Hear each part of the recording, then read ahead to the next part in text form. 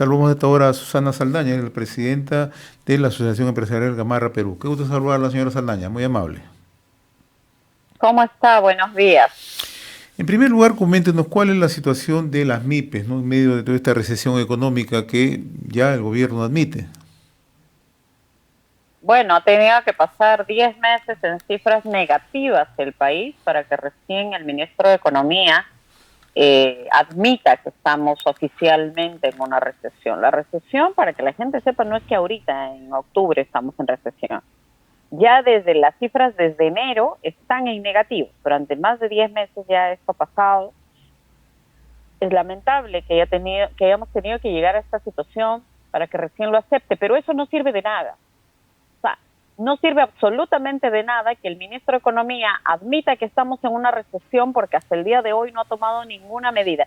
Ni en los meses anteriores no ha tomado ninguna medida contracíclica para detener a lo que ya era evidente que íbamos a caer en una recesión, ni en este momento todavía no ha dado luces de que esté tomando alguna decisión importante para detener lo que viene, porque esta es apenas la primera etapa de la crisis, que es la recesión. Lo que podría ocurrir si sigue el gobierno tal cual está, sin ninguna decisión concreta, realista, eficiente y que de verdad cambie las cifras a positivo, lo más probable es que caigamos el próximo año, en marzo, en abril, o máximo en 6 meses, sea en un año, caigamos en una etapa de desinflación, que ya estamos a punto de. ¿Esto qué significa para la gente? Significa, por eso es que la gente siente que la inflación ha subido, los alimentos están más caros. Solo este año el desagregado que se puede revisar en las cifras de alimentos y otros sectores, ya la inflación está por arriba del 10%. La inflación en general está 5.5% según BCR, que se va a cerrar este año. Pero eso es en general, sumando todo. Pero hay ciertas cosas como los alimentos, que es lo que más preocupa a la gente.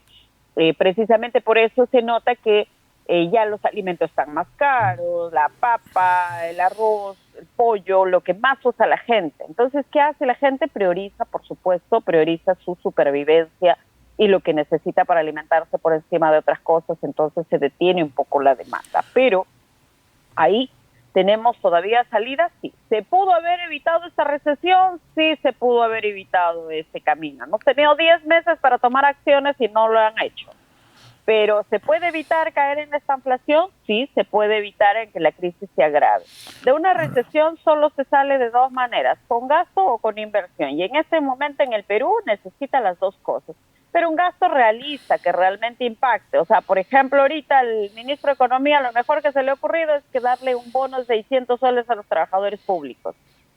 Alrededor de 1 millón de servidores públicos hay en todo el país. No reactiva ni al 1% de la población. Nosotros creemos que debe estar enfocado tanto el gasto como la inversión en reactivar al 99.9% del tejido empresarial peruano, que son más de 3 millones de MIPES formales a nivel nacional, Ahora, ¿qué tan y que podría cierto, insertar muchas otras en las actividades informales, ¿no? qué tan cierto es que el sector manufactura ha caído en 40% en agosto? Son las cifras del BCR, es que no es si es cierto o no es cierto, son las cifras realistas. Según las cifras del BCR, en junio de este año, el BCR proyectó de que la manufactura este año 2023 iba a crecer 0%. En junio, julio, las cifras, julio y agosto, sale que la manufactura en un mes donde, por ejemplo, julio y agosto se supone que la campaña de fiestas patrias debió haber reactivado el sector, cayó 40%. Y el BCR ha proyectado que este año 2023 la manufactura por lo menos va a caer por debajo del 6%. En general, sumando todo el año. Imagínense, o sea, no son algo que nosotros estemos diciendo. Hoy día el titular de gestión es lapidario.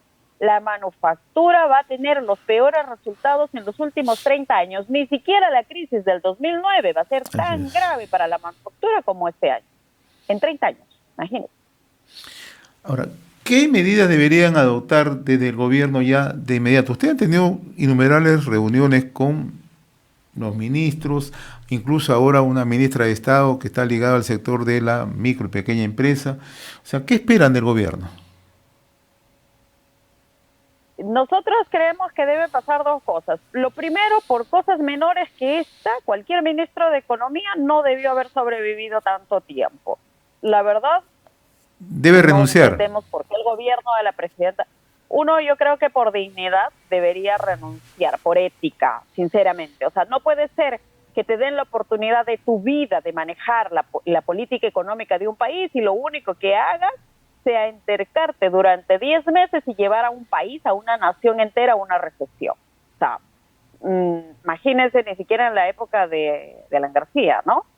Entonces, nosotros, ¿qué creemos que debería ocurrir? O cambian al ministro o él debería renunciar, pero parece que no lo va a hacer.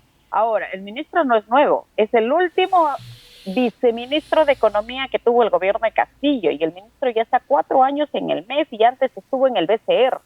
Entonces, un profesional de carrera que se dedica solo a esto y no ha podido ver y no ha querido hacer nada para evitarlo, es un gran problema para el país. Porque acá no se trata de que te caiga bien o te caiga mal, sino los resultados, porque la economía es una ciencia, no admite emociones, ¿no? Así es. Entonces, uno, eso es lo que debería ocurrir. Segundo, ¿hay medidas para salir de la crisis? Sí, como te dije, con gasto y con inversión. Nosotros creemos que no sé qué número de créditos suplementarios que está pidiendo el ministro, se la pasa pidiendo créditos suplementarios, por Dios. Entonces, dos cosas urgentes que deberían ocurrir enfocados, por ejemplo, en la recuperación de la manufactura para voltear de alguna forma estas cifras en menos de 3 meses. Uno, el ministro desde febrero se niega rotundamente a cambiar el reglamento de Impulso Mi Perú. Impulso Mi Perú, la ley determina y se está aplicando para dar garantías para los préstamos a las MIPES. Pero lo cierto es que hasta el día de hoy no se ha otorgado ni un crédito nuevo a las MIPES. Significa que con la plata de todos los peruanos, 3.000 millones de fondos en garantías se está dando a los bancos y a las cajas para que liberen su cartera de deuda. Los únicos felices y reactivados en este país este año, y deberían estar recontra agradecidos con el ministro, son las cajas y los bancos. Todos estamos fregados, menos ellos. Entonces, pero el otro problema, ¿por qué te digo que debería modificarse el reglamento? ¿Para qué? Porque hay otros 3.000 millones que el ministro ha aumentado, que le quiere seguir regalando a las cajas y a los bancos. Entonces el reglamento debería modificarse para que mínimo el 85% de estos créditos vayan a créditos nuevos a las MIPES y las cajas y los bancos no estén haciendo lo que les da la gana como ahorita. Porque no creo que todos los peruanos estemos dispuestos a regalarles 6.000 millones de soles a las cajas y a los bancos para liberar su cartera de deudas y que otra vez, gracias al Estado, cierren en azul mientras todos cerramos en rojo. Eso es una de las cosas que debería pasar ya. Debió haber pasado en febrero, cuando se lo advertimos al ministro, pero no ha querido escuchar. Número 2, el gobierno de la presidenta Boluarte este año 2023, porque ya la ley cumplió un año, la ley del 40% de compras a las MIPES, ya debió haber ejecutado 15.000 millones de soles en compra directa a la micro y pequeña empresa manufacturera de todo el país. Toda la manufactura, literalmente. Manufactura, estamos hablando de textil, confecciones, calzado, metal mecánico, industria gráfica. Toda la manufactura en general debió haber sido inyectada ya con 15.000 millones de soles en compras directas a la MIPE manufacturera. No se ha ejecutado ni un sol.